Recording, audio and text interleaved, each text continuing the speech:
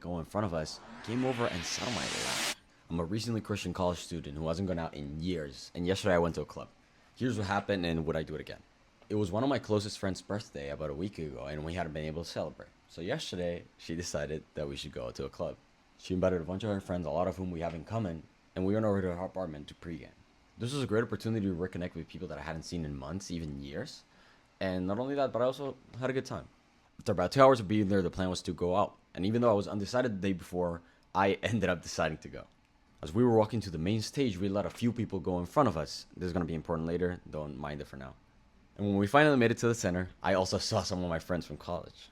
Not only that, but I also met a few other Costa Ricans there. After a few minutes of dancing and spending time with my friends, I got kind of tired and I went over to sit by one of the tables on the side.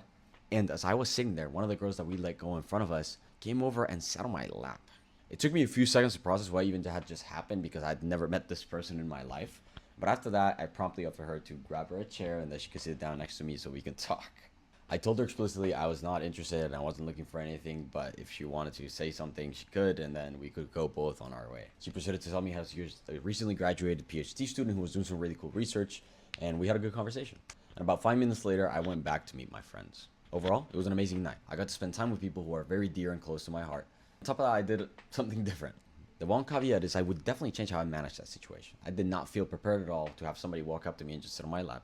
And I didn't really know how to disarm the situation. It might have been misinterpreted by other people, and even some of my friends were like, oh, that was good, what were you doing? And I had to explain to them that I didn't really propitiate the situation. I just didn't really know how to get out of it.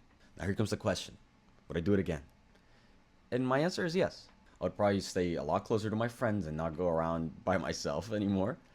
But I did appreciate the time that I got to spend with these very important people for me. There's a lot of things that I can improve, but it was a very important date for one of my friends, and to be honest, I had a good time. So that's my answer.